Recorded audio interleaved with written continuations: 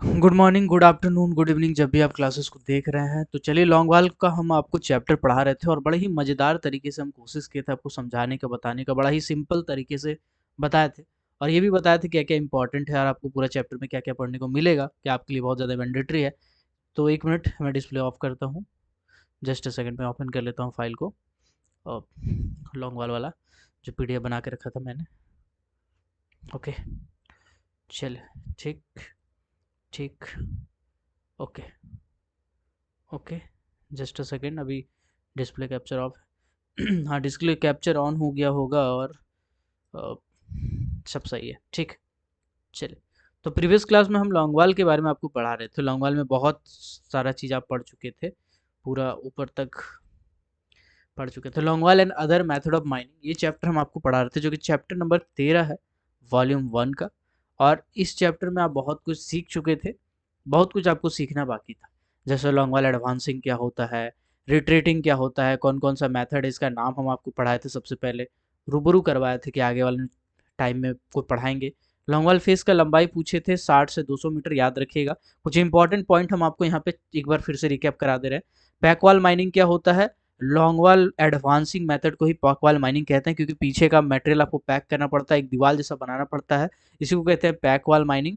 ठीक है, चलिए आगे बढ़ते हैं। लॉन्ग वाल एडवांसिंग क्या होता है, रिट्रेटिंग क्या होता है, ये हम आपको पढ़ा चुके थे। लॉन्ग वाल एडवांसिंग, माइन बाउंड्री की तरफ बढ़ते हैं, माइन का इंट्रेंस से। ठीक है, इसमें जब हम आगे बढ़ते हैं तो पीछे पीछे भराई करते हैं, जिसको हम लोग हाइड्रोलिक सैंड स्टोइंग भी कहते हैं। हाइड्रोलिक सैंड स्टोइंग से भी भराई होता है। ठीक है, इसके बाद कुछ गेट के बारे में बताए थे। गेट, जिसमें आपको टेल गेट, गेट में आपको टेल गेट बताए थे, मेन गेट बताए थे। उसके बाद टेल गेट को सप्लाई गेट भी कहा जाता है। ये सब कुछ आपको जानकारी दिए थे, इनटेक कौन सा होगा, रिटर्न कौन सा होगा। ठीक है, सिंगल यूनिट डबल यूनिट के बारे में आपको प्रीवियस क्लास में बताया था। सिंगल यूनिट क्या होता है, डबल यूनिट फेस क्या होता है, कैसे काम करता है, तो ये सब हम आपको बेसिकली बताए थे। ठीक है, चलिए, देन आपको एडेप्टिबिलिटी कंडीशंस बताया कि कब एडप्ट किया जाता है लॉन्ग वॉल सिम को। ठीक है, तो इसमें कुछ कॉमन कॉन्सेप्ट थे जो हम आपको प्रीवियस क्लास में समझा चुके थे पहले ही। आपको शॉर्ट में बता देते हैं। 0.7 मीटर थिकनेस वाला था, डर्ट बैंड में कर सकते थे। ये सब एडप्टेशन कब करते हैं बता चुके थे। एडवांटेज क्या था, डिसएडवांटेज क्या था, बड़ा ही डिटेल में आपको समझाए थे। लॉन्ग वॉल फेस में क्या क्या फैक्टर को हम देख के लॉन्ग वाल फेस का लंबाई को रखते हैं, लेंथ को रखते हैं, वो चीज़ भी हम आपको बताए थे। आउटपुट डिज़ायरेबल कितना है, कैपेसिटी क्या है, वेंटिलेशन कैसा है, कैपिटल कितना पैसा है मेरे पास, zoological disturbance, rate of stowing, development work. ठीक है, ये सब हम आपको पहले पढ़ा चुके थे। Distribution of direction of face में भी कुछ बेसिक चीज़ हम आपको बताए थे। कॉल प्लंग जैसा मशीनरी 1 in 100, ये क्या था, ये हम लोग हल्का ढलान करके रखते हैं जहाँ कहीं भी हम हाइड्रोलिक स्टोइंग करते हैं पानी को बहने के लिए। और जब ज़्यादा स्टीप हो जाता है तो हम लोग क्या करते हैं, स्ट्राइक के अगेंस्ट हम लोग फेस चलाते हैं। तो ये कुछ पॉइंट हम आपको प्रीवियस क्लास में लिखाए थे, बताए भी थे। देन साइक्लिक क्या होता है, लॉन्ग वाल और नॉन साइक्लिक क्या होता है, ये भी हम आपको पढ़ा चुके थे। तो आज एक नया टॉपिक स्टार्ट करते हैं, इसी में लॉन्ग वाल का ही आगे बढ़ते हैं। टॉपिक का नाम है long wall working with coal plug. Long wall working with coal plug, सबसे पहले समझते हैं कि कोल प्लग क्या है। तो बेसिकली कोल प्लग एक चेन कन्वेयर में रेंगने वाला मशीन है। कोल प्लग एक चेन कन्वेयर आप बिछा दिए, उसमें कोल प्लग नाम का कुछ कुछ तो है ऐसा, उसको लगा दिए। कोल प्लग में क्या होता है, चारों साइड में सीयरर होता है, ऊपर में, नीचे में, साइड में, नीचे में, आगे में, फ्रंट में, मतलब चारों तरफ क्या होता है, सीयरर होता है। चारों तरफ आप एक तरह से कह सकते हैं पिक्स होता है, यानी छुरा होता है। और ये एक आर्मर्ड चेन कन्वेयर में चलता है, आर्मर्ड चेन कन्वेयर में ये चलता है। ठीक है, इससे क्या होता है, इससे कोयला कटता है एक बार में पूरा का पूरा। अब हम लोग इसको समझते हैं थोड़ा सा फोटो बना के। इसका फोटो शायद बुक में नहीं दिया है, और इसको हम लोग थोड़ा सा समझते हैं अपने तरीके से। जस्ट अ सेकेंड, अरे यार, एक सेकेंड, कभी कभी थोड़ा दिक्कत हो जाता है। ठीक है, ठीक है, ठीक है, चलिए। तो आप समझिए, जैसे ये है आपका लॉन्ग वाल फेस, मान के चलिए क्या है, लॉन्ग वाल फेस का फ्रंट व्यू है। ठीक, इसमें पूरा का पूरा कोयला है। तो आप क्या करेंगे, आप एक आर्मर्ड चेन कन्वेयर बिछाएंगे जस्ट फेस के नीचे, आर्मर्ड चेन कन्वेयर बिछाएंगे जस्ट फेस के नीचे।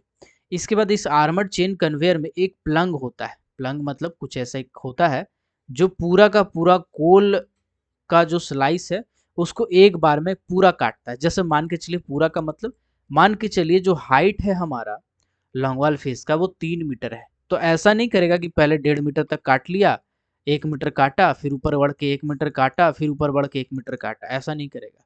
और ऐसा भी नहीं करेगा कि मान लीजिए फेस का लंबाई है आपका 100 मीटर, तो थोड़ा सा काट लिया पहले 10 मीटर, फिर आगे बढ़ के 10 मीटर काटा, फिर आगे बढ़ के 10 मीटर काटा, फिर आगे बढ़ के 10 मीटर काटा, ऐसे करते करते काटा, ऐसा भी नहीं करेगा। तो फिर क्या करेगा भाई साहब? अगर ऐसा भी नहीं करेगा, ऐसा भी नहीं करेगा, तो करेगा क्या? देखिए बताते हैं।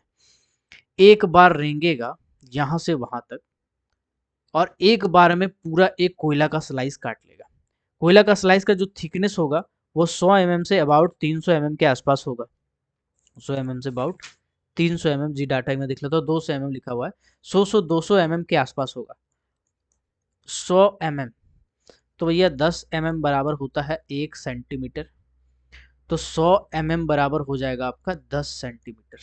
यानी 10 सेंटीमीटर मोटा कोल सीम काट लेगा। एक बार जब रेंगेगा तो 10 सेंटीमीटर से लेकर के 20 सेंटीमीटर तक, कितना, 10 सेंटीमीटर से लेकर के 20 सेंटीमीटर तक मोटा कोयला काट लेगा, मोटा कोयला काट लेगा। तो हम आपको क्या पढ़ा रहे थे? हम आपको पढ़ा रहे थे कोल प्लग के बारे में, जिसको बोलते हैं कोल, PLOUGHS प्लग्स। कोल प्लग्स क्या होते हैं? कोल प्लग्स एक आर्मर्ड चेन कन्वेयर में रेंगने वाला मशीन होता है, जिसमें कटिंग टूल्स लगे होते हैं, कटिंग टूल, जिसमें कटिंग यूनिट हम कह सकते हैं, उसको सीयरर कह सकते हैं, कटिंग यूनिट कह सकते हैं। तो ये बेसिकली एक जगह से दूसरे जगह रेंगता है और एक बार में एक मोटा स्लाइस काटता है, कोयला का मोटा स्लाइस काटता है, जिसका मोटाई होता है 10 सेंटीमीटर से लेकर के 20 सेंटीमीटर। ये सब डाटा याद कर रखने की जरूरत नहीं है, इतना डिटेल में कोई पूछा नहीं, बस समझने वाली बात है। इतना से क्वेश्चन पूछता भी नहीं है, ना पूछेगा, ना पूछा है, फिर भी समझने वाली बात है, समझने वाली बात है। ठीक है, तो देखो यार, जब हम ऑपरेशन करते हैं जब कोयला कटैया करते हैं, तो कोल प्लग हम क्यों इस्तेमाल करते हैं? तो कोल प्लग का एक खासियत यह है कि 0.6 मीटर से लेकर के 2 मीटर मोटा कोयला तक का रेंज को ये काट सकता है। 0.6 मीटर से लेकर के 2 मीटर तक मोटा कोल का जो लेयर है, इतना पतला लेयर को ये काट सकता है, इस रेंज को काटता है। कोल प्लग का इस्तेमाल हम लोग इसीलिए करते हैं। ठीक है, कोल प्लग के साथ ही एक कन्वेयर बेल्ट लगा होता है, जिसमें कोयला टूट के गिरता है और फिर उसको कोयला डिस्चार्ज कर देता है। ठीक है, ये सब आपका खाली समझने वाला चीज़ है, इसमें रटने वाला चीज़ कुछ नहीं है। डाटा वाटा रटने की कोशिश मत कीजिए, इसको खाली समझिए कि कोल प्लग एक ऐसा मशीन होता है जो चेन कन्वेयर रहता है, उसमें लगा रहता है, फिट फिट रेंगता है। एक बार जब एक जगह से दूसरे जगह जाता है पूरा फेस में, तो 10 सेंटीमीटर से 20 सेंटीमीटर मोटा कोयला काट लेता है। ठीक है, ये 0.6 से 2 मीटर मोटा कोयला में हम लोग इसका इस्तेमाल करते हैं, कोल सीम में इसका इस्तेमाल करते हैं। टर्म आपको रटने वाला क्या है, समझने वाला क्या है, इसको हम समझाते हैं। Water infusion is related to, option दे रहे हैं हम आपको, पहला, दूसरा, तीसरा, चौथा। सबसे पहला है साइक्लिक लॉन्गवाल, दूसरा है लॉन्गवाल वर्किंग विथ कोल प्लग्स, तीसरा है रूम एंड पिलर मेथड, और चौथा है BNP यानी बोर्ड एंड पिलर मेथड। तो आप इसको देख के थोड़ा कंफ्यूज होंगे कि यार वाटर इन्फ्यूजन का मतलब क्या होता है, इसको समझिएगा। और भाई, एक आपका सामने क्या है, फेस है, ठीक, ये फेस का क्या है, फ्रंट व्यू है।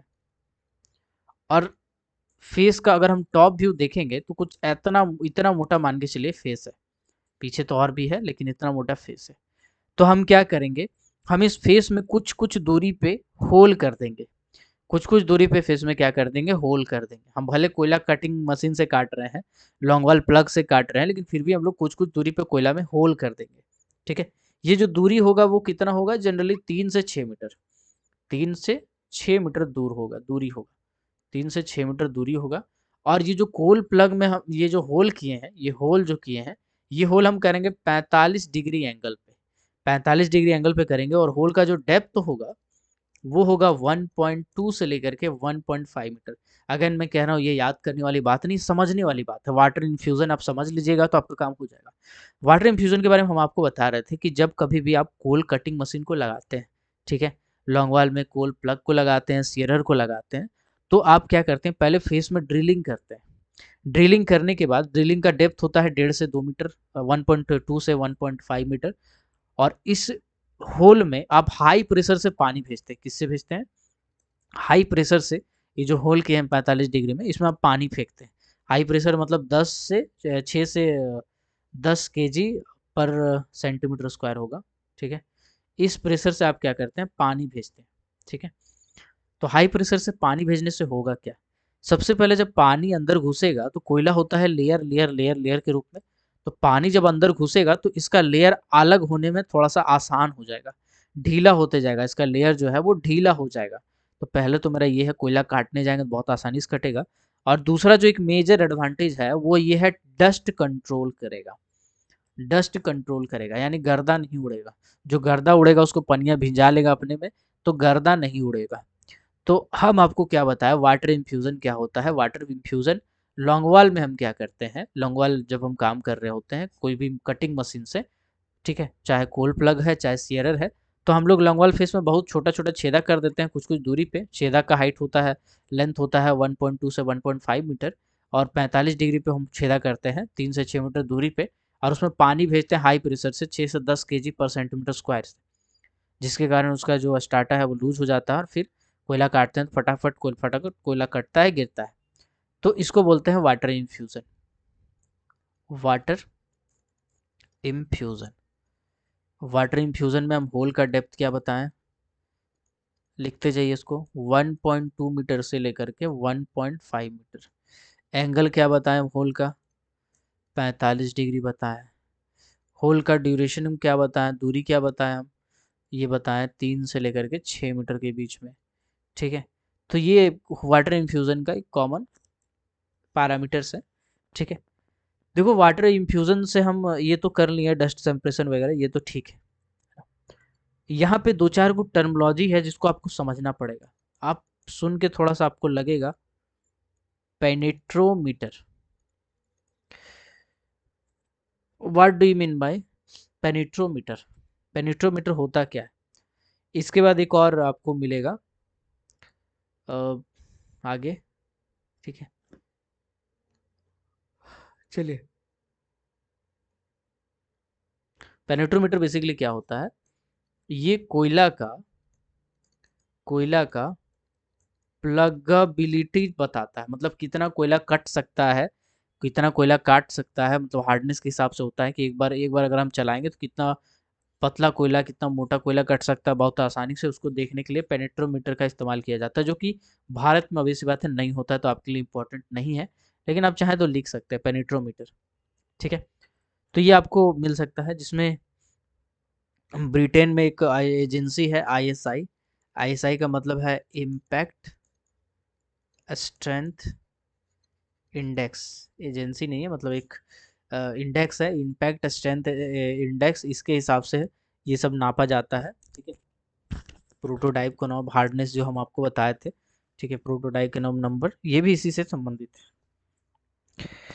तो देखो यार, सवाल अब ये है कि क्या कोल प्लग और सीयरर, सीयरर प्लस लोडर, ये अलग अलग है जी, बिल्कुल अलग अलग है। कोल प्लग में हम क्या बताएं, एक मशीनरी रहता है, एक बार पूरा रेंगता है, पूरा फेस को काट लेता है, ठीक है, पूरा फेस को काट लेता है, 10 से 20 सेंटीमीटर मोटा कट बनाता है। लेकिन सीयरर में ऐसा नहीं होता है। सीयरर में पूरा का पूरा फेस रहेगा, उसमें कटा रहेगा।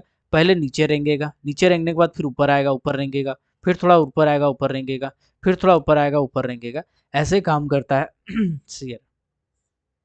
सीयरर क्या है, कुछ ऐसे काम करता है। तो कोल सीयरर भी एक तरह से कोल कटिंग मशीन ही है, जो कोयला को काटता है।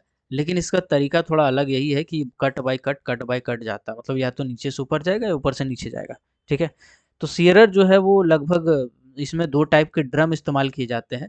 इसमें क्या होता है, इसमें मोटर होता है, मोटर का भी कुछ आपका किलोवाट में मोटर होता है, बताते हैं आगे।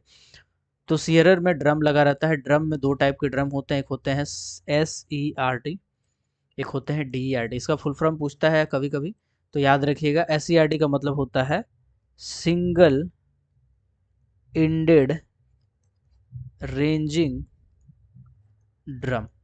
किससे संबंधित है? लॉन्ग वाल से। DERT का मतलब होता है double ended ranging drum. Note कर लीजिएगा, SERT DERT, ये किससे संबंधित है? ये सीयरर से संबंधित है। सीयरर क्या कोल प्लग है? नहीं, कोल प्लग एक अलग चीज है, सीयरर एक अलग चीज है। कोल प्लग पूरा का पूरा फेस में एक बार में कट लेता है, जबकि सीयरर जो है पूरा फेस में नीचे से ऊपर या ऊपर से नीचे से काटते काटते काटते काटते जाता है। ठीक है, चलिए। अब अगर स्पीड की बात करें तो सीयरर जो है वो मेरा ज़्यादा स्पीड होता है, ज़्यादा प्रोडक्शन होता है, थोड़ा महंगा होता है। इसमें दो टाइप के मोटर लगे होते हैं। जो आपका सीयरर होता है उसमें हर इंड पे एक मोटर लगा होता है। मोटर में भी ऐसा है कि एक इंड पे अगर सिंगल वाला मोटर लगा है तो हम SERT बोलेंगे, और दो ठो मोटर लगा एक इंड पे हम उसको DERT बोलेंगे, यानी डबल इंडेड रेंजिंग ड्रम उसको कहेंगे। ठीक है, चलिए।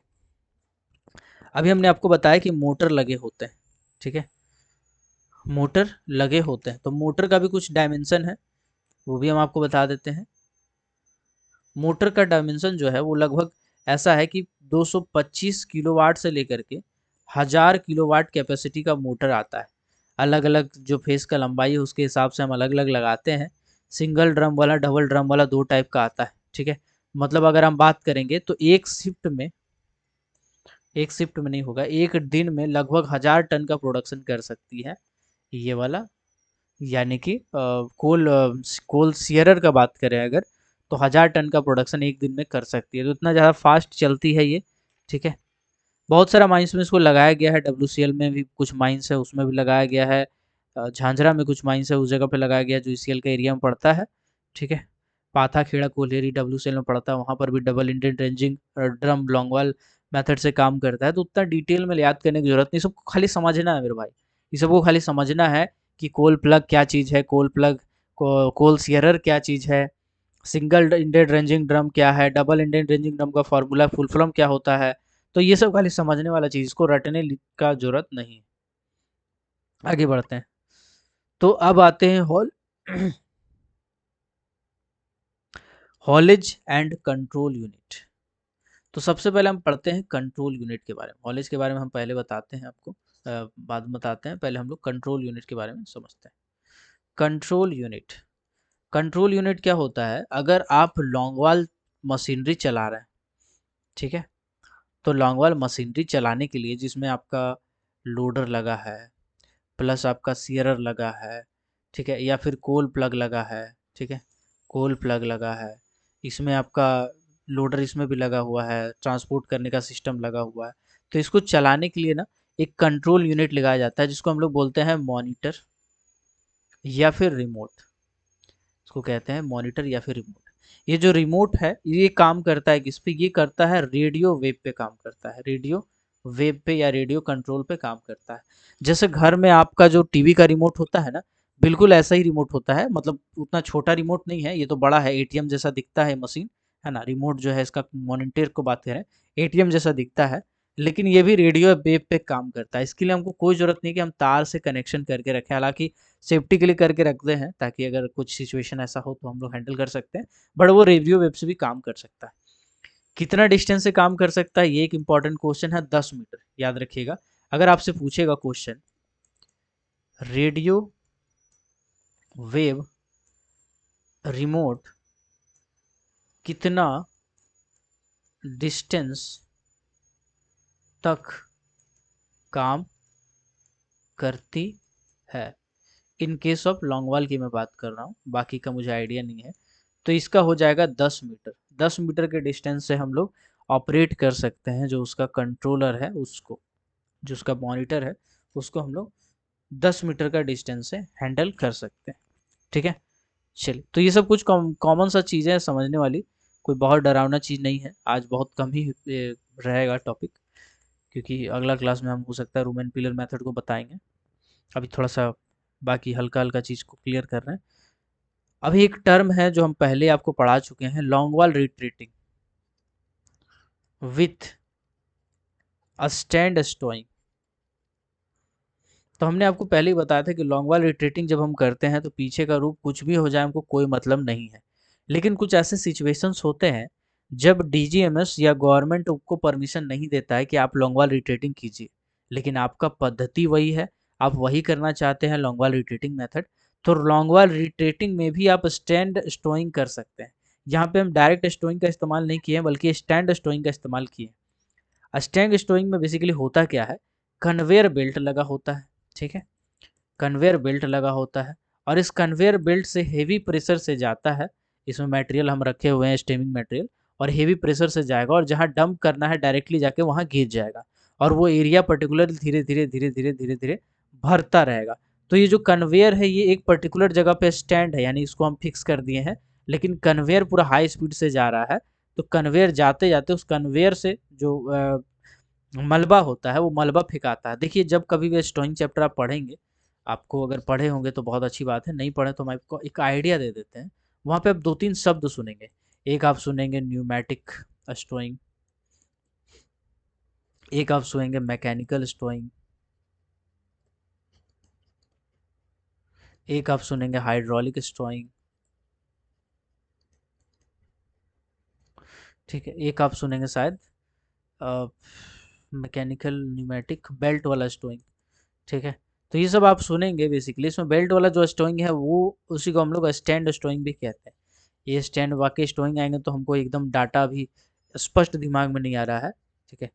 दिमाग है मेरा थोड़ा कमजोर तो दिमाग से उतर जाता है डाटा, तो डाटा हम रखते हैं साथ में, उसके बाद पढ़ाते हैं। Long wall retreating with stand स्टोइंग क्या होता है, तो long wall स्टेटिंग with related long wall retreating with stand स्टोइंग के बारे में बता रहे थे कि भैया एक तो बेल्ट कन्वेयर लगा देंगे, जहाँ पे हमको फेंकना है वहाँ पे डायरेक्टली जाकर फेंक देगा। इसको डायरेक्टली हम लोग इस्तेमाल करते हैं डबल यूनिट में, डबल यूनिट में हम लोग इस्तेमाल करते हैं, ठीक है। मतलब पीछे पीछे हम कोयला काटते हुए आ रहे हैं, दूसरा वाला में हम क्या करेंगे, भरते हुए जा रहे हैं। जनरली हम लोग लॉन्ग वॉल रिट्रीटिंग में स्टैंड स्टोइंग स्टोइंग स्टोइंग कुछ नहीं करते हैं, लेकिन कुछ ऐसा प्रिकॉशन लेना पड़ता है कुछ पर्टिकुलर एरिया पे कुछ एक दूरी तक, तो हम लोग उस जगह पे इसका इस्तेमाल करते हैं, ठीक है। चलिए ओके, अभी कुछ इतिहास पढ़ते हैं यार लॉन्ग वॉल का।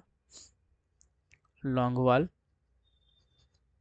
इतिहास जो आपका किताब में दिया हुआ है, हम ऑफिशियल डाटा पे बात करेंगे। देखो जब 1960s का टाइम आया था ना, तो लॉन्ग वॉल को बहुत ज़्यादा ब्रिटेन के माइंस में, जर्मनी के माइंस में, और ब्रिटेन वाले और जर्मनी वाले में ज़्यादातर इस्तेमाल होता था, ऑस्ट्रेलिया के कुछ माइंस में इस्तेमाल होता था, ठीक है। लेकिन भारत को ऐसा लगा कि भारत भी पीछे नहीं है लॉन्ग वॉल के क्षेत्र में, और भारत में पहली बार long wall with caving method adopt किया गया, जो कि पहले कभी नहीं किया गया था।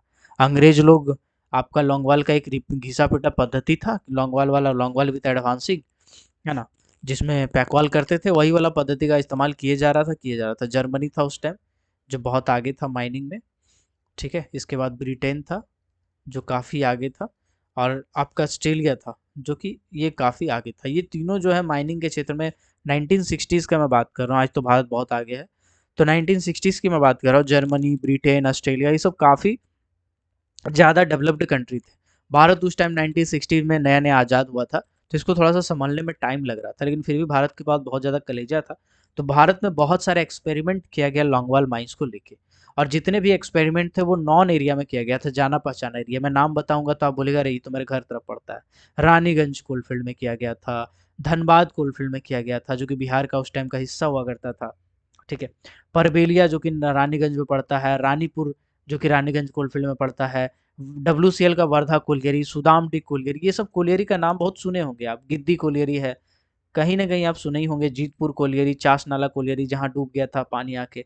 तो ये सब कुछ कुछ कोलियरी थे जहाँ पे कुछ कुछ एक्सपेरिमेंट किया गया था भारत में, और एक्सपेरिमेंट करने के बाद बहुत सारे एक्सपेरिमेंट सक्सेस रहा, बहुत सारे एक्सपेरिमेंट में कुछ ना कुछ त्रुटि निकल गया, और उस एक्सपेरिमेंट को ध्यान में रखते हुए एक मेमोरेंडम भी निकाला गया था, और उस मेमोरेंडम में सुझाव दिया गया था कि ये सब एक्सपेरिमेंट करके देखा गया, तो उस हिसाब से लॉन्ग वॉल माइनिंग ऐसे ऐसे करना चाहिए, ऐसा नहीं करना चाहिए, ऐसा नहीं करना चाहिए, ठीक है। तो long wall with caving method सबसे पहले कहाँ अडॉप्ट किया गया, इंडिया में अडॉप्ट किया गया। कहाँ, इंडिया में अडॉप्ट किया गया। अगर मैं लॉन्गवाल की बात करूँ कि सिर्फ लॉन्गवाल माइंस कहाँ अडॉप्ट किया गया भारत में, मतलब इस दुनिया में पहली बार, तो वो जर्मनी में किया गया। अगर हम भारत की बात करेंगे कि सिर्फ लॉन्गवाल के बारे में अगर पूछेगा तो आपको बोलना है पुटकी, जो कि धनबाद में पड़ता है। कहाँ पड़ता है? धनबाद में। जो कि बीसीसीएल उस टाइम पूरी तरह से बना नहीं था, क्योंकि 1960s की मैं बात कर रहा हूँ। पुटकी कोलियरी में लॉन्गवाल माइंस पहली बार ऑपरेट हुआ था। ठीक है ना। लॉन्गवाल विथ केविंग मेथड इंडिया में अडॉप्ट किया गया था, जो पहला था। ठीक है, तो उतना डिटेल में कभी पूछा नहीं है, लेकिन चलो इतिहास अब आ ही गए हैं तो थोड़ा सा जान लेते हैं। देखो कुछ कंपनी जो थी उस टाइम बहुत आगे थी भारत में। कंपनी का मैं नाम लिखते जा रहा हूँ। एनसीडीसी, देन आपका आता था टिस्को, और जो आपका सेल अभी एक्वायर कर चुका है ना। उसके बाद बीसीसीएल तो फिर खैर बाद में बना, लेकिन वो भी काफ़ी डेवलप बन गया था। NCDC, national coal development corporation, ये जो थी ये कुछ माइंस भी चला रही थी, और उसी में से कुछ कुछ माइंस को भारत का मतलब बीसीसीएल अभी एक्वायर कर लिया, जैसे Sudam D colliery. Sudam D colliery सबसे पहले जब बना था तो एनसीडीसी के अंदर में था, लेकिन बाद में बीसीसीएल उसको खरीद लिया, बीसीसीएल अपने में ले लिया। ठीक है, सुदाम डी कोलियरी। इसी तरह से टिस्को जो था, टिस्को जो था, इसको था, है ना। ये इसको वाला जो कोलियरी था, जैसे जीतपुर कोलियरी था, चासनला कोलियरी था, ये सब सेल एक्वायर कर लिया बाद में steel authority of India limited. तो बाद में धीरे धीरे ऐसा एक्वायरेशन होते गया, तो बहुत सारा लॉन्गवाल को लेके चेंज होते गया। ठीक है, चलिए। तो मैंने आपको क्या क्या बताया? मैंने आपको बताया पुटकी का जो नाम बताया वो एक्चुअल माइंस पड़ता है मुनिडी। ठीक है, उसी में एक जगह है पुटकी में, मुनिडी। तो मुनिडी कोलियरी, लाइन लिख रहा हूँ, लिख याद कर लीजिएगा। हैज़ द डिस्टिंक्शन, चलो हिंदी में लिख देते हैं यार इसको। कोलियरी ने भारत में प्रथम प्रयास में लॉन्गवाल माइनिंग विथ रिट्रीटिंग मेथड में सफल रहा। मुनिडी कोलियरी ने भारत में प्रथम प्रयास में लॉन्गवाल माइनिंग विथ रिट्रीटिंग सफलतापूर्वक सफलता पूर्वक एडॉप्ट किया। मतलब आप समझ गए होंगे यार इतना भावनाओं को मेरा। मुनिडी कोलियरी, अगर कोई पूछेगा लॉन्गवाल भारत में रिट्रीटिंग मेथड का इस्तेमाल कौन सा कोलियरी में हुआ था, तो मुनिडी कोलियरी में भारत में रिट्रीटिंग मेथड का इस्तेमाल हुआ था। केविंग मेथड का इस्तेमाल कहाँ हुआ था? केविंग मेथड को ही तो रिट्रीटिंग कहते हैं मेरे भाई। केविंग मेथड को ही तो रिट्रीटिंग कहते हैं। पहले तो हम लोग केविंग ही करते थे ना, बाद में अलग अलग तरीका जनरेट हुआ। तो लॉन्गवाल माइंस विथ रिट्रीटिंग कहो या लॉन्गवाल माइनिंग विथ केविंग कहो, ये दोनों शुरू में एक ही था, बाद में इसमें बहुत सारा ऐड कौन किया गया। तो ये दोनों आपका मुनिडी कोलियरी आएगा। भारत का पहला लॉन्गवाल माइंस वाला कोलियरी कौन सा है? तो मुनिडी कोलियरी। कौन सा कोलियरी है?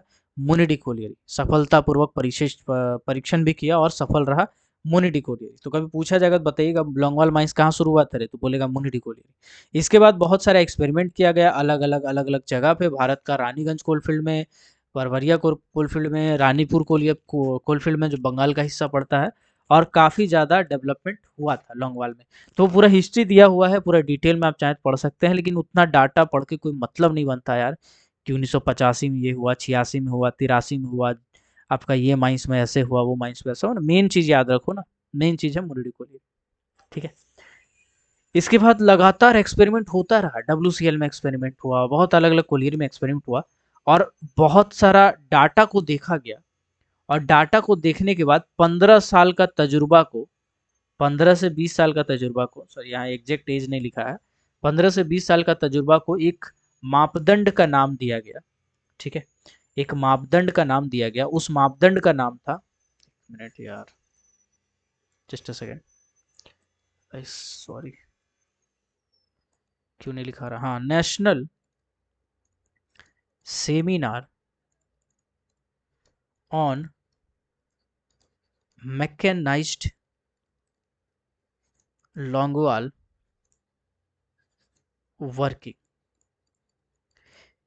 National seminar on mechanised longwall working, ये 1991 में हुआ था। 1991 में ये हुआ था। कहाँ पे हुआ था सर? जनवरी 1991 में हुआ था। इसको मैं स्पष्ट लिख दे रहा हूँ, जनवरी 1991 में हुआ था। कहाँ पे हुआ था? कलकत्ता में। उस टाइम कलकत्ता हुआ करता था, कलकत्ता, ठीक है। कलकत्ता में हुआ था national seminar on mechanised longwall working. देखो भारत माइनिंग में बहुत आगे आ चुका था 1960 1950 तक। जैसे भारत आज़ाद हुआ, आज़ाद जब नहीं था तब तक तो बहुत खराब स्थिति था। जैसे भारत आज़ाद हुआ, आज़ाद होने के बाद बहुत ही तेज़ी से काम हुआ माइनिंग सेक्टर में। माइनिंग सेक्टर काफ़ी ज़्यादा डेवलप किया, नेशनलाइजेशन किया गया था कोल का, बहुत सारा कंपनी बनाया गया था, बहुत सारा सब्सिडी बन चुकी थी। लॉन्गवाल बहुत सारा मेथड को अडॉप्ट किया जा रहा था, एक्सपेरिमेंट किया जा रहा था अलग अलग माइंस में। और वो सब कुछ करने के बाद अलग अलग सेमिनार हो रहा था। जैसे लॉन्गवाल के लिए एक अलग से सेमिनार हुआ था। सेमिनार का नाम था national seminar on mechanised longwall working, जो कि जनवरी 1991 में कोलकाता में हुआ था। इसमें बहुत सारा पॉइंट देखा गया कि अगर आप लॉन्गवाल माइनिंग करते हैं तो आपको ऐसे ऐसे करना चाहिए, ये चीज़ का ध्यान रखना चाहिए। तो कुछ रिकमेंडेशन जारी किया गया था इस टाइम। क्या किया गया था? कुछ रिकमेंडेशंस यानी सजेशंस, सुझाव जारी किए गए थे कि अगर कोई बंदा अपना माइंस में लॉन्गवाल माइंस अडॉप्ट करना चाहता है तो आपको ये चीज़ नहीं करना चाहिए या ये चीज़ करना चाहिए। तो कुछ सुझाव दिए गए थे। National seminar on mechanised longwall working, जनवरी 1991 कलकत्ता में। देखिए ये वाला चीज़ याद रख लेंगे तो ज़्यादा अच्छा रहेगा, क्योंकि देख के लगता है प्रथम दृष्टता कि ये सब पूछा जा सकता है, मे भी ना पूछा जाए, लेकिन इसको याद कर लीजिएगा ज़्यादा अच्छा है। National seminar on mechanised longwall working, जनवरी 1991 में कलकत्ता में हुआ था, जिसमें लॉन्गवाल को बहुत जो एक्सपेरिमेंट किया गया था 1960 से 90 के बीच में, बहुत सारे एक्सपेरिमेंट किया गया लॉन्गवाल को। वो सबको देखते हुए कुछ सुझाव जारी किए गए थे। क्या क्या सुझाव था, अब एक एक चेक करके हम सब सुझाव को आपको बताते हैं, एकदम शॉर्ट में बताते हैं रिकमेंडेशंस क्या क्या थे।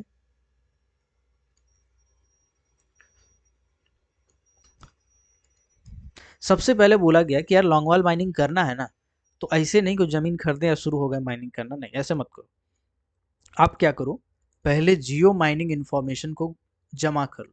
अलग अलग जो रिसर्च सेंटर है, भारत सरकार का अलग अलग जो एजेंसी है या प्राइवेट एजेंसी है, उनसे संपर्क करो।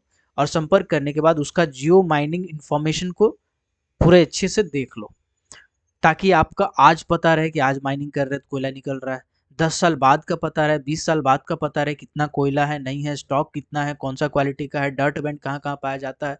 एक एक चीज़ आपको जियोलॉजिकल डिस्टर्बेंस से लेके एक एक चीज़ आपको पता रहना मांगता है। इसीलिए जियो माइनिंग इन्फॉर्मेशन आपको जुटा लेना चाहिए, ये पहला रिकमेंडेशन था। दूसरा बोला गया है कि आपको अगर करना है लॉन्गवाल, तो सजेशन ये दिया गया कि आपको पावर सपोर्ट का इस्तेमाल करना चाहिए। जो हमने आपको बताया कि 300 से 800 टन कैपेसिटी होता है, इतना वजन उठा लेता है। पावर सपोर्ट का इस्तेमाल करना चाहिए। और जो पावर सपोर्ट होगा उसमें एक हेवी खर्चा आता है सर, उसको रिपेयर करने में। उसमें आपका मोबिल एक तेल आता है, ठीक है, पावर वाला तेल आता है, एक तो फ्यूल ऑयल जिसको बोलते हैं, वो डालना पड़ता है। ठीक, उसको बार बार रिपेयर करना पड़ता है, उसका लीकेज होता है बार बार, तो उसको फिर पोंछना पड़ता है, फिर उसमें नया तेल भरना पड़ता है। तो इसमें काफ़ी खर्चा आता है। पावर सपोर्ट पहले तो खरीदो, फिर उसको मेंटेन करो, उसके लिए अलग से कारीगर रखो, खर्चा होगा। तो इसके लिए आपको अलग से पैसा रखना चाहिए। पावर सपोर्ट में थोड़ा सा खर्चा ज़्यादा होता है, तो इसके लिए अलग से आपको खर्चा भी रखना चाहिए और पावर सपोर्ट का इंतजाम करके रखना चाहिए, दूसरा रिकमेंडेशन था। ऐसा ऐसा बहुत सारा था, हम आपको कॉमन कुछ बता दे रहे हैं, ठीक है, पूरा तो याद नहीं रहता है दिमाग में, ठीक है। इसके बाद बोला गया है जैसे पावर सप्लाई है, पावर सप्लाई का हमको खास ध्यान रखना चाहिए कि लाइन कभी भी कटे नहीं। मेंटेनेंस वाला हमको अलग से एक टीम रखना चाहिए, ताकि कभी भी मेरा मशीन का फेलियर हो तो ज़्यादा देर बंद ना रहे। क्योंकि हमने आपको क्या बताया, एक दिन का प्रोडक्शन 1000 टन तक हो सकता था सर, 1000 टन। आप सोच के देखिए, मान लीजिए एक ही दिन खाली लाइन कट गया ना, 1000 टन का घाटा हो गया, 1000 टन का। हमने आपको बताया था ना, 1 टन जो कोयला होता है ना, 1 टन, 1 टन कोयला का दाम होता है 2400 रुपया के आसपास, ठीक है। तो हमने आपको बताया 1000 टन कोयला, 1000 टन कोयला में आप पकड़ के चलिए कि एक दो तीन इकाई दाएं सैकड़ा हजार 10,000 लाख 10 लाख, 24 लाख रुपया आपका एक दिन में घाटा होगा सर, घाटा 24 लाख घाटा हो सकता है। आप समझ रहे हैं मेरी बात? 24 लाख रुपया घाटा होगा अगर एक दिन माइंस नहीं चला तो। एक माइंस से, मैं एक माइंस से बात कर रहा हूँ, सिर्फ एक माइंस से 24 लाख घाटा है। अगर 30 दिन बंद हो गया ना, अगर 30 दिन किसी कारण से कोई एक्ट सेक्शन लग गया डीजीएमएस का और बंद हो गया, तो आप सोच सकते हैं 24 लाख इंटू 30 क्या हालत हो जाएगा माइंस का, करोड़ों रुपया घाटा में चला जाएगा। अगर साल भर बंद हो गया तो क्या स्थिति है समझ सकते हैं। तो वही बोला गया है कि अगर लॉन्गवाल आप कर रहे हैं तो पहले तो आप खर्चा कर रहे हैं। आप जब खर्चा कर रहे हैं तो आपको मेंटेनेंस का टीम, पावर सप्लाई का टीम, बैकअप टीम, है ना, और उसके बाद सुपरवाइजर बैकअप, ये सब कुछ आपको रखना पड़ेगा, है ना, वो सब कुछ आपको रखना पड़ेगा ताकि कभी भी आपका मशीन में फेलियर ना आए। ठीक, ये कुछ कॉमन चीज और बताए गए हैं। इसके बाद बोला गया है प्लान्ड, ठीक है, उसके बाद बोला गया है कि प्रॉपर प्लानिंग होना चाहिए वर्क का, काम कैसे करते हैं उसका नक्शा वक्शा तो अलग है, लेकिन आपका काम कैसे होगा हर शिफ्ट में, रिले विले लंथ फंथ सब बनाना, वो सब एक प्रॉपर सीक्वेंस में सही तरीके से होना चाहिए। ठीक है, इसके बाद बोला गया है कि सुपरविजन आपको चाहिए। सुपरविजन में बोला है कि आप एक्सपर्ट जरूर रखिए, आपको भले खर्चा करना पड़ेगा लेकिन एक्सपर्ट रखिए और एक्सपीरियंस पर्सन को रखिए। कुछ तो होने चाहिए आपके पास जो फ्रेशर हो, और कुछ ऐसे जरूर होने चाहिए जो एक्सपर्ट हो, हर शिफ्ट में हर टाइम मौजूद रहे, ताकि अगर कुछ भी ऐसा फेलियर होता है या दिखता है मशीन में कुछ खराबी, तो वो पहले से ही भाप सके और टाइम रहते उसको ठीक कर सके। मान के चलिए मशीन जल गया, समझ रहे कितना घाटा, भयंकर घाटा, बर्बाद हो, छाती पीटेगा जो माइंस का कॉन्ट्रैक्टर हो। इसीलिए ये सब चीज़ आपको देखना मांगता है। ठीक, इसके बाद बोला गया है कि इक्विपमेंट को अगर आप ट्रांसफ़र कर रहे हैं, मतलब एक जगह से दूसरे जगह आपको ट्रांसफ़र करना है, एक डिस्ट्रिक्ट से दूसरे डिस्ट्रिक्ट करना है, भेजना है, तो उसके लिए आपको अलग से कुछ-कुछ चीज़ बना के रखना चाहिए। जैसे पैरापिट कह रहा हूँ, सॉरी। जैसे आप क्या बना सकते हैं, जैसे आप शाफ्ट बना सकते हैं। ठीक है, उसको हम क्या जो कहते थे यार, एक एक लेवल से दूसरे लेवल तक जाने के लिए जो हम शाफ्ट बनाते थे, स्टेपल पिट, हाँ जी बिल्कुल स्टेपल पिट, उसको स्टेपल पिट कहते हैं। स्टेपल पिट या स्टेपल शाफ्ट आप बना सकते हैं, या कुछ ऐसा केज वाला सिस्टम रखते हैं जिसमें आपको एक जगह से दूसरे जगह आप ट्रांसफ़र कर सकते हैं मटेरियल का। ठीक है, चलिए ये भी एक हो गया कुछ पॉइंट, है ना। ट्रांसफ़र के लिए आपका एक प्रॉपर प्लान होना चाहिए। मेन राइडिंग सिस्टम आपको अडॉप्ट करना चाहिए, ऐसा कहा गया इसके द्वारा, ताकि आपका समय बचे, आदमी आने जाने में ट्रैवलिंग टाइम है वो बचे। मान के चलिए 1 घंटा भी काम बंद रहता है आदमी के चक्कर में, तो बहुत ज़्यादा प्रोडक्शन मेरा घाटा हो जाता है। ठीक है, तो ये सब कुछ बोला गया है। उसके बाद बोला गया है पैकवाल से अगर माइनिंग कर रहे हैं, अगर आप पैकवाल से माइनिंग कर रहे हैं तो आपको स्टोइंग के लिए हमेशा बैकअप रखना मांगता है। मतलब स्टोइंग अगर आप कर रहे हैं तो आप अगर होलर का इस्तेमाल कर रहे हैं, लोडर का इस्तेमाल कर रहे हैं, तो लोडर आपको बैकअप में रखना चाहिए। अगर ड्राइवर नहीं है तो ओटी में आपको हमेशा ड्राइवर अवेलेबल रखना चाहिए, कि मान लीजिए ड्राइवर नहीं पहुंचा लोडर का, तो आप किसी और को हायर कर सके, काम रुकना नहीं चाहिए। क्योंकि स्टोइंग में हमने आपको बताया था कि जो पैकवाल से फेस का दूरी होता है वो 6 मीटर होता है, 6 मीटर ज़्यादा नहीं हो सकता है। आप सोच के देखिए, पीछे का पैकवाल किया हुआ है, फेस आगे बढ़ गया, तो अगर 8 मीटर हो गया तो और आगे तो फेस नहीं जा सकता, 6 मीटर ज़्यादा आगे तो जा ही नहीं सकता, तो फिर काम आपका रुक जाएगा वहीं पे। इसीलिए पैकवाल अगर कर रहे हैं तो स्टोइंग का आपको अलग से सपोर्ट रखना चाहिए। ठीक है, इसके बाद जो सामान आप मंगा रहे हैं उसमें कुछ सामान को आपको इम्पोर्ट करके रखना चाहिए पहले से। जो सामान जल्दी जल्दी खराब हो जाता है उस सामान को आपको इम्पोर्ट करके रख लेना चाहिए, है ना। तो कुछ कॉमन सा सजेशन है यार, इसमें क्या बकैती करें हम भी, ये सब कॉमन कुछ सुझाव हैं जो जनरली हर माइंस में अडॉप्ट किया जाता है। सपोर्ट का आपको ध्यान रखना चाहिए, सपोर्ट आपको एक्स्ट्रा रखना चाहिए। पावर सपोर्ट का आपका इस्तेमाल करना है, ये तो हम आपको बता ही दिए थे, है ना। ठीक है, सीयरर का ड्रम जो है, सीयर का ड्रम को आपको बार बार इंस्पेक्शन करते रहना चाहिए ताकि कुछ दिक्कत ना हो। और जो साइकिल है, पूरा साइकिल, ठीक है, ये साइकिल पे आपको नज़र रखना चाहिए, मैनेजर जो भी होंगे इसका, कि सही से हो रहा है नहीं हो रहा है, किस साइकिल में ज़्यादा टाइम लग रहा है, किस में कम लग रहा है, किस शिफ्ट में ज़्यादा काम हो रहा है, किस शिफ्ट में कम काम हो रहा है, और डायरेक्टली मॉनिटर इसको करते रहना चाहिए। यही सब कुछ सुझाव दिए गए थे। कहाँ पे सुझाव दिए गए थे सर, फिर से हम लिखना चाहेंगे यहाँ पे, national seminar on mechanised longwall working, जो कि कब हुआ था, जनवरी में हुआ था। कब हुआ था, जनवरी 1991 में हुआ था। कहाँ हुआ था, कलकत्ता में हुआ था, कलकत्ता में हुआ था। उसमें ये सब सुझाव दिए गए थे। ठीक है, यही सब आपको किताबों में लिख लिख के पूरा बोरा कर दिया है, सत्यानाश कर दिया है लॉन्गवाल चैप्टर का।